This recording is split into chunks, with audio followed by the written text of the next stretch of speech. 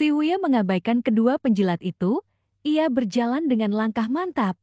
Pan Zhong dan Zhou Jifeng mengikutinya dari belakang. Mereka semakin yakin bahwa orang di depan mereka adalah murid pertama Pavilion Langit Setan. Ia terlalu familiar dengan lingkungan sekitar dan rute antara Pavilion Utara, Selatan, Timur, dan Barat.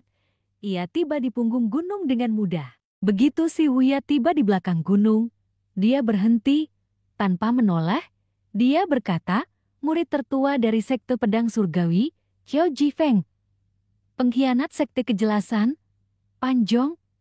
Dia dengan mudah menunjukkan nama kedua orang itu. Pan Zhong dan Zhou Jifeng tercengang.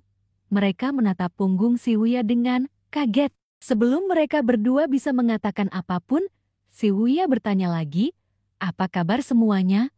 Mendengar ini, Pan Zhong tidak langsung menjawab. Ia merenung dalam hati. Beginilah seharusnya sikap seorang kakak senior.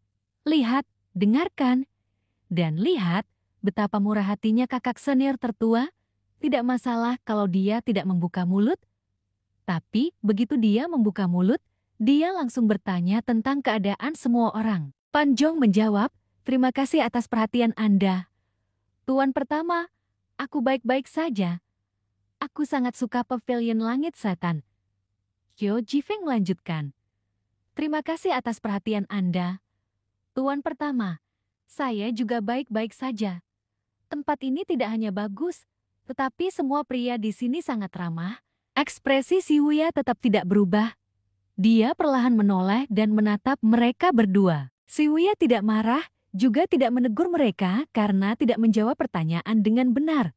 Sebaliknya, dia berkata, itu bagus. Tuan pertama, di dalam gua dingin, saya akan membawakan Anda selimut. Kata Pan Zhong. Begitu dia selesai berbicara, dengan bunyi dentang, terdengar suara dari belakangnya. Mereka berdua menoleh ke arah suara itu dan melihat Duan Muxiang sedang memegang tombak Maharaja sambil menatap mereka dengan ekspresi serius. Pan Zhong dan Zhou Jifeng sedikit khawatir saat melihat ekspresi tidak ramah di wajahnya. Tenang saja, Tuan pertama. Tolong jangan menaruh dendam pada Tuan ketiga, kata Pan Zhong. Dentang? Ombak penguasa terbanting ke tanah. Bajingan? Riak Tuan ketiga kepadanya. Pan Zhong tertegun sejenak dan tak berani bicara. Ia terus mengumpat dalam hati. Tuan ketiga ini terlalu blak-blakan. Memang, Tuan pertama telah meninggalkan Pavilion Langit Setan karena suatu alasan yang tidak diketahui. Tetapi untuk menantang, Tuan pertama di depan mereka berdua, dia benar-benar punya nyali. Tepat saat dia hendak memohon belas kasihan, si Wuya membungkuk.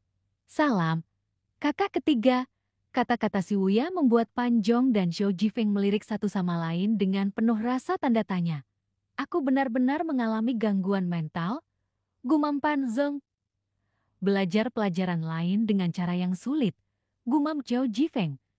Duan Muxiang berjalan mendekat sambil memegang tombak penguasa di tangannya. Wajahnya tanpa ekspresi saat menatap Pan Zhong dan Zhou Jifeng.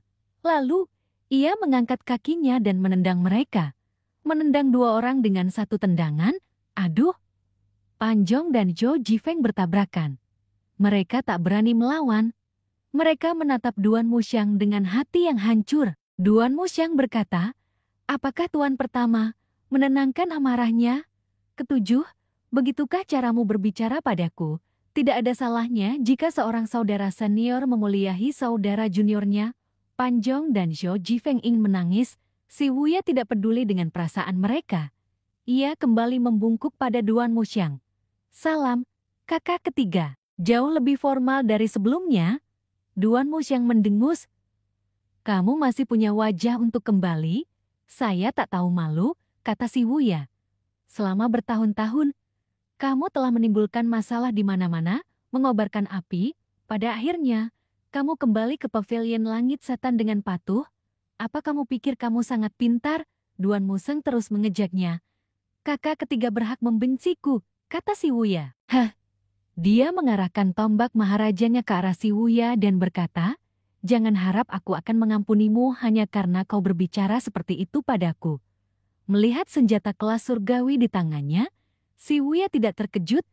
Ia tersenyum dan berkata, "Saya terluka saat pertempuran di kota provinsi Liangju. Kakak ketiga adalah orang yang berani dan luar biasa, bukan tipe orang yang memanfaatkan orang lain saat mereka sedang terpuruk." Duan Muxiang berkata, "Belum tentu." Hah? Duan Muxiang memegang bagian tengah tombak penguasa di tangan kanannya sementara ujung lainnya diselipkan di bawah ketiaknya. Ia menunjuk si Wuya dan berkata, "Tuan keempat benar, tidak ada yang namanya keadilan ketika berurusan dengan orang-orang tercela." Gurunya juga telah memperingatkannya bahwa tidak ada yang namanya keadilan di dunia ini.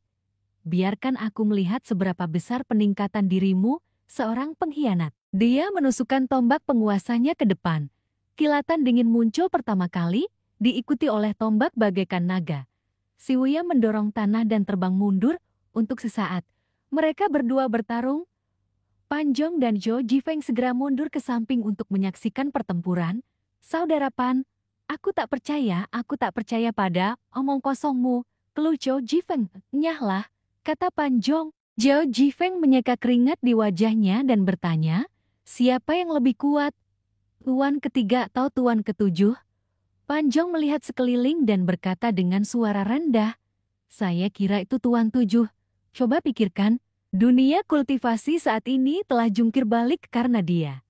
9 provinsi Great Yan berada dalam kekacauan. Jangan menilai buku dari sampulnya. Lagi pula, saya mendengar dari tuan ke-8 bahwa sampai sekarang, belum ada seorang pun yang mampu memaksa tuan ke-7 untuk menggunakan kekuatan penuhnya." "Dia seberapa kuat?" tanya Zhou Jifeng.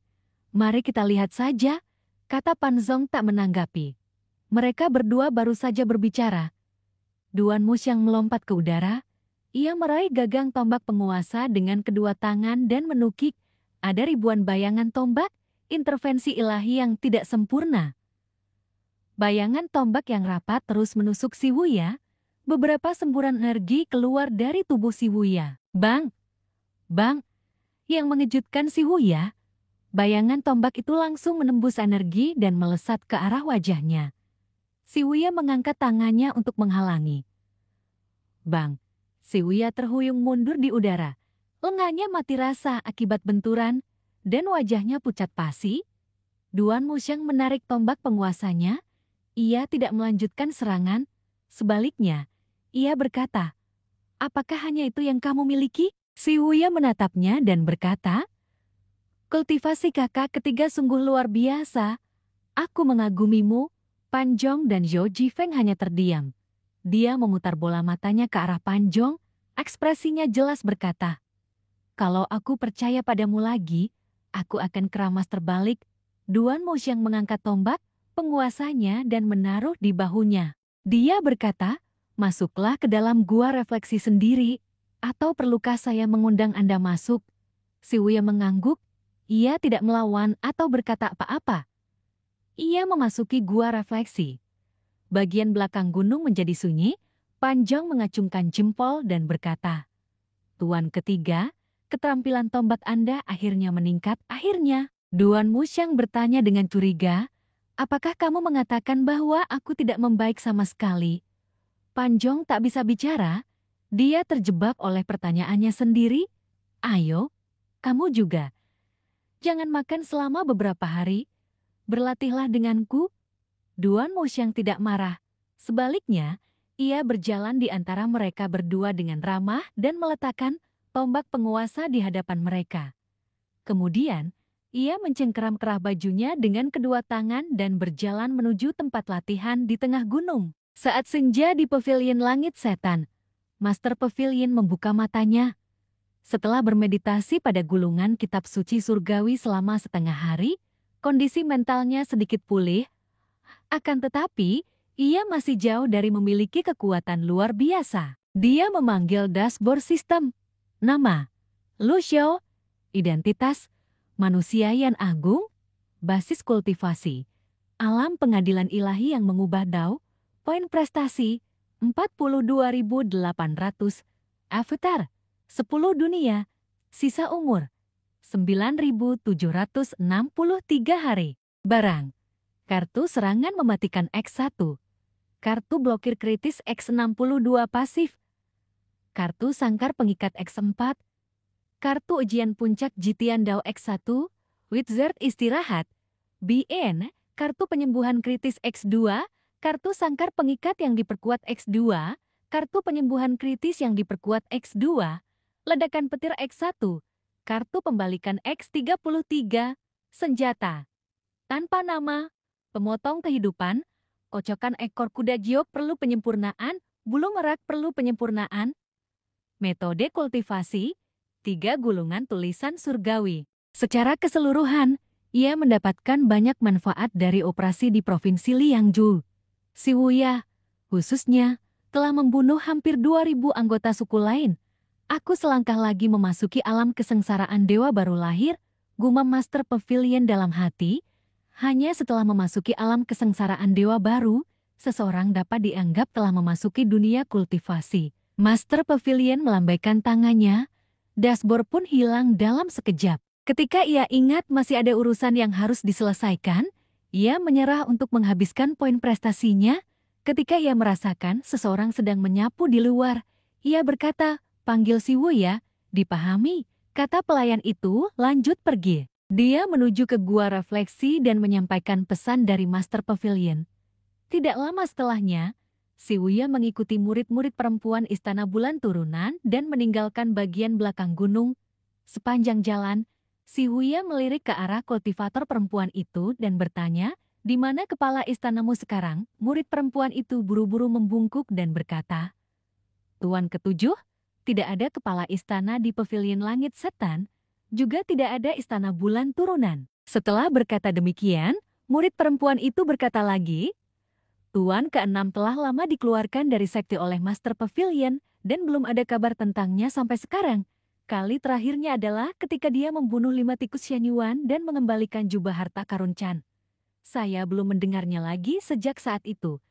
Si Wuya berhenti dan bergumam, "Tidak ada kabar sama sekali." Dia mengingat kembali informasi yang diterimanya sebelumnya. Kebanyakan dari mereka bukan dari Pavilion Langit Setan. Awalnya, ia ingin bertanya tentang situasi terkini Pavilion Langit Setan, tetapi tiba-tiba ia sudah berada di luar Pavilion Timur. Murid perempuan itu membungkuk dan berkata, "Bawahan ini mohon pamit." Si Wuya memandang sekeliling Pavilion Timur. Seiring berjalannya waktu, seolah-olah semuanya berubah, namun mungkin satu-satunya hal yang tampaknya tidak berubah adalah dirinya sendiri. Dia telah tumbuh dewasa dan bukan lagi anak kecil seperti dulu. Dan guru bukan lagi guru seperti dulu. Si Wuya masuk.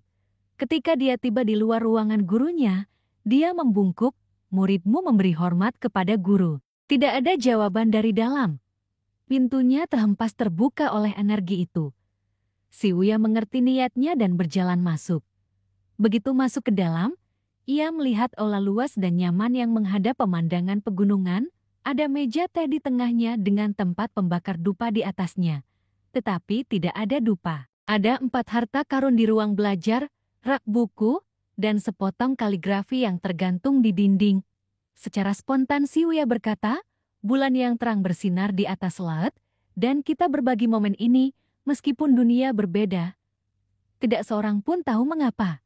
Ketika si Wuya membaca puisi itu, dia tidak dapat menahan perasaan jantungnya berdebar kencang. Dengan kecerdasan si Wuya, dia langsung mengerti arti setiap kata dalam puisi itu. Dia terkejut, tetapi tidak berani mengatakan apapun.